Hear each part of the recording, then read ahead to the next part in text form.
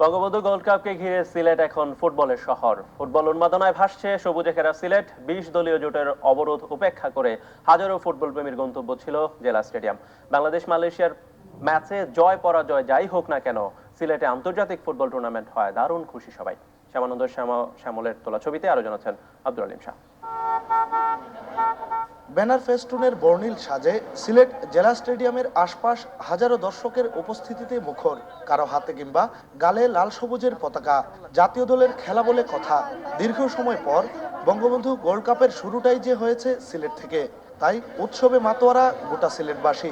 আমরা বাংলাদেশের খেলা দেখবো, অবশ্যই বাংলাদেশের খেলা ঘরের মাটিতে আমরা উপভোগ করতে আসছি, এনজয় করার জন্য আসছি এখানে। দর্শকদের মধ্যে যে উত্তেজনা দেখে আমাদের সত্যি খুব আনন্দ লাগতেছে। এর আগে নেপাল বাংলাদেশের প্রীতি ফুটবল ম্যাচ দেখেছিল সিলেটবাসী। এবারই প্রথম কোনো আন্তর্জাতিক টুর্নামেন্টের খেলা মাঠে গড়ালো সিলেটের ভেন্যুতে। তাই শত বাধা উপেক্ষা করে ফুটবল ভক্তদের মিছিল গিয়ে মিশেছিল সিলেট জেলা স্টেডিয়ামে।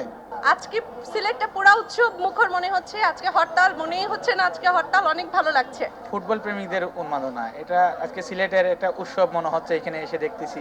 সিলেটে এই আয়োজন সফলভাবে সম্পন্ন করতে স্টেডিয়াম এলাকায় নেওয়া হয়েছে 5 স্তরের নিরাপত্তা ব্যবস্থা। তবে কালোবাজারে সিলেটের 4টি ম্যাচের 20,000 জাল টিকিট বিক্রি হওয়ায় বিপাকে পড়েছেন অনেক দর্শক। গেট থেকে শুরু করে আনুষঙ্গিক আপনার ওইভাবে আর কি আপনার মজবুত ব্যবস্থাপনা সেভাবে দুর্বলতা রয়ে গেছে কিছু আপনার। তারপরে আপনার বিপুল পরিমাণে জাল টিকিট ছাড়া হয়েছে মার্কেটে আপনার। সিলেট বিভাগে বিএনপির ডাকা হরতালকে উপেক্ষা করে শত শত মানুষ এসছেন সিলেট জেলা স্টেডিয়ামে বঙ্গবন্ধু আন্তর্জাতিক ফুটবল টুর্নামেন্টের উদ্বোধনী খেলা দেখতে।